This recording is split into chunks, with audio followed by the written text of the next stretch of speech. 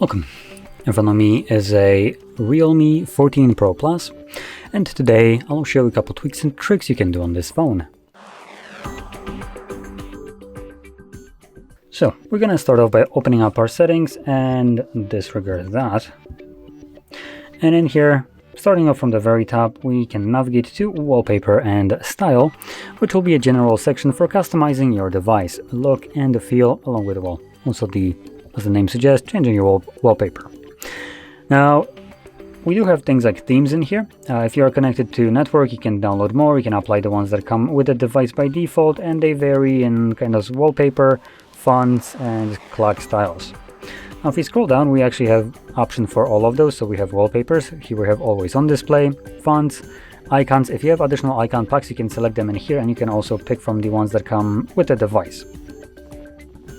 And in here you also have a couple additional options for some of the icon packs, so you can change the art plus icons, you can change the size of them, and a couple additional things to just give you the more tailored look. And scrolling further down, we have colors, fingerprint animations, and edge lighting. Now, colors will refer to all of the accent colors that have all around the device, like here, and even the icons list next to the settings names that are like listed right here, which I'll go in a moment into it, and you can change it to whatever you want. Now, I want to point out one thing. If you check anything apart from the first one, I believe, then the accent colors in your settings will be all set to the same exact color, all of them, while by default it's just kind of splash of color. Each option has a different one. And even further more in here, we have wallpaper colors. So this just creates a color palette based on your current wallpaper, which would be the best kind of option to give you the exact kind of look that would match things like the wallpaper. Now, under fingerprint animation, you can just change the animations when you're unlocking your device. This is only when you're just using your fingerprint and you have this kind of like animation under it. And that being said, you can select it to, for instance, any of these. You can also turn it off altogether, so there is no animation, but the light that you can see right here will always appear, as this is how the device sees your fingerprint. It blasts it with light so it can see the actual print itself. There is no option for you to choose to actually turn that off. Now, if we go back to the main settings page, we can take a look at, like I mentioned, these colors. So if you went with colors, specific ones, these might all be set to a single color. So just wanted to clarify this. Now, going to the next section, we have home screen and the lock screen. And in here we have a couple of things. And one of those would be things like the home screen, which is just a way to have your application stored. And you can have the drawer mode or standard, though I would consider this standard for Apple users, as all of your icons would be on your home screen. Now this one you pull up to get all your applications alphabetically stored in the app drawer. Additionally, you can also clamp up the tightness of these icons in your drawer to be, for instance, from 4 columns to 5, though I find it a little bit too claustrophobic there. And a couple additional options in here as well. I'm going back. We also have the icon pull down gesture. This is a one-handed mode basically. You can use that if you want to. I will just be honest, it is kind of wonky, doesn't always work for me. Maybe I'm just doing it weirdly, but sometimes it's very finicky. But if you're looking for one-handed mode, that's where you can activate it. Now, if we scroll down further, we will have this option right here, swipe down on home screen. This is basically the ability for you to swipe down when you're on your home screen to gain either the global search or better option. And here, at least what I think is a better option, is the notifications and quick settings. So now whenever you're on your home screen and you want to pull down your notifications, you can just do that from anywhere on your screen. As long as you have enough space to do this down motion, it will pull down your notifications and quick settings, which is a very handy option. I do use that quite often. This is a fantastic one. Now, another thing here is the animation speed. So we have set standard and enhanced, and you can actually see the difference. And I do want to point out This, just give props to this. Thank you, Realme. This is fantastic. The way it's being presented, just so good. So you can have a clear visual difference on the changes that will be happening, and all it does is just increases the animation speed of applications being opened and closed, and other things like, for instance, if I press recent, this is zooming out, as well as pressing somewhere so it slides away. All those can be increased, and by increasing them, your device actually might feel a little bit snappier. Now this is one way. There's also another way you can do that by going into the developer options and changing animation speed in there to be decreased by half, which will be even faster than what you have right here. Now, if we go back to the main settings page and now scroll down to display and brightness, here's another couple things that we have, which includes, let me just close the door. There we go. Which includes, foremost, at the top, the light and dark mode. So you can change it permanently from one to the other.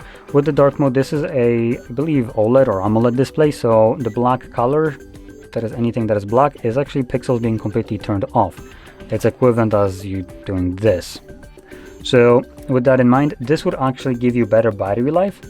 If you have a lot of this kind of straight, can I just draw the pattern? Thank you. If you have a lot of like this fully black areas, this would preserve a little bit more battery life than, for instance, light mode. Now, additionally, you also have the schedule mode, which is probably going to be the better option for a lot of people. And when enabled, you have the sunset to sunrise or on a custom timer option. And this allows you to basically have the phone switch from light to dark mode and vice versa, based on the time of day or on your specific timer. So during nighttime, I can have it set to night mode, dark mode, and that means that when you wake up at night and you want to check the time and you unlock your device, you're not going to be getting flashbanged by a white background like this one, which is very handy. Now, a little bit further down, we have the screen color mode. This just defines how saturated the display is. Now, Realme unfortunately uses a very oversaturated colors here, and you can see the red ones specifically. They're just straight up overdone as much as it can be. So you can switch to other options, and we have things like vivid, natural. Under Pro mode, we have cinematic and brilliant, along with Pro mode being specific. In any case, so you can see the differences between those. Wow, and Pro mode apparently is even more saturated. How is that Pro? Pro in terms of singeing your irises out? Now, under the supposedly the P3 mode, we have something that should be more color calibrated, though it doesn't look like it. So it looks like the natural one is the most reasonable one, at least in my opinion. This is the most toned down one, where the reds don't look like they're just a nuclear explosion happening on your screen, so that's what I like. So that's what I'm gonna stick with, but at the end of the day, it's completely up to you. And additionally, you also have the little color slider right here, which allows you to add specific tint to your display. And again, Realme just allows you to completely overcook that as much as it possibly can be. So no other device, even with this wheel, will have this pronounced of a color tint to the display. It's usually something along these lines. So I'm gonna stick with the default. You can also choose either warm or cold, and you can see these are a little bit more in a reasonable kind of manner. Now if we go back, we also have the adaptive tone. This just tries to mimic the color temperature of the environment you're in. So if you're in like a, for instance, studio like I'm in, with what I could consider kind of like a controlled white balance, so everything here just seems more white instead of like piss yellow or anything like that. If you have just like piss yellow lights and you have this enabled, this would try to match that piss yellow color on your screen, so it would become very yellowish. And again, if you then leave such a lighting environment, maybe go outside, where it's more, I would say, natural lighting, then again, your display will represent that as well. It will remove that yellowish tint and swap it out to something more neutral. So there we go. One more thing in here, if you have this enabled, then under screen color mode, this becomes unavailable too. It is then basically the device defines which tint it's going to pick on its own, and this basically gets turned off, as this option would control that. Now scrolling further down, we have screen resolution and refresh rate. So here we have two options. We have the standard and high. This is actually using a what could basically be closest to like 1440p display. I personally don't see much of a difference between these resolutions at all. On any device, I have never been able to notice the difference. And for that reason, I personally would be sticking with the standard option, as this would give me better battery life. Less resolution means that the processor needs to put less effort in rendering whatever's on the display, and that gives me better battery life. Now, under the refresh rate though, we have a couple options. So we have the auto select, standard, and high. Now apparently this is set to standard, and this actually looks pretty good for standard, I'm not gonna lie. I didn't even notice that this is standard till I saw this right here. But going over the options, the best option for you will be the one that is most likely set by default, and I believe that would be the auto select. This gives you the nice smooth motion on a display, which, don't worry, you won't be able to see this on the video recording, as YouTube is capped to 60 frames per second, and so is my recording that I'm capturing. Therefore, anything above that is just kind of a lost.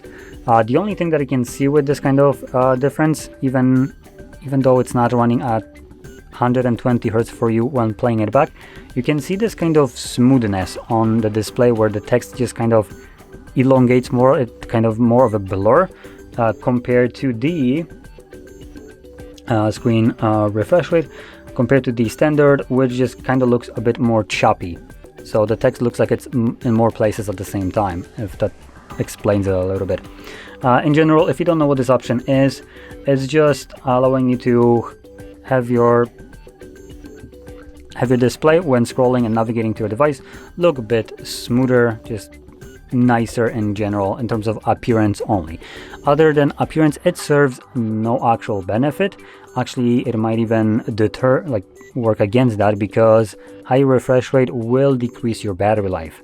Now this is using an LTPO display, meaning that it drops below the specified refresh rate of like 120, and here I'm not exactly sure, but I presume it's dropping to like 1 frame per second when there's nothing moving on the display. So as an example, right over here. And the best option here, like I mentioned, would be the auto select, as it kind of varies between these refresh rates. Or if you don't see the difference, stick with the standard. And moving on to the last option, it's going to be under the notifications and quick settings. And here we have a status bar. This is where you can remove unwanted clutter from your status bar. Things like icons, for instance, NFC, Bluetooth, and so on. If you have this enabled all the time, it probably serves you no purpose to have it visible in your status bar. So you can just completely get rid of it from here. There we go. Bluetooth, NFC is already turned off. And I think this actually might be done by default for some reason. This actually kind of seems sketchy, considering NFC is enabled out of the box on the phone, and now it's hidden as well, so you don't know it. And okay, it is on the second page. Some phones have it also hidden from the toggles right here as well. Now, if you don't know what NFC is, it's a way for you to either connect to devices easily, like headphones or stuff like that, or for instance using this to pay in stores instead of your card. So you can turn off basically all these toggles at your will, and additionally you also have battery options in terms of styles. So we have things like battery style, we have horizontal, vertical, loop, and not show. Now I want to point out one thing. Right here you have where it says inside battery percentage. I want to kind of put focus on that. So if I switch it to anything else, you can see that the option now disappeared. Battery percentage is only available to you inside of the battery with the horizontal. Any other option has it always outside, and it can just toggle it on and off with this. While the horizontal has the ability for you to have it inside. And lastly will be the notification icons. This allows you to have, for instance, just a number right here of how many notifications you have right here. By default, it only shows you 2 icons for applications, so you have more, and those just don't show at all. But with the number, obviously you would have just a clear knowledge of how many notifications you have in total instead of just the 2, I guess, latest ones, I think. So, nice option. But in any case, this would sum up the list. So if you found this very helpful, don't forget to hit like, subscribe, and thanks for watching.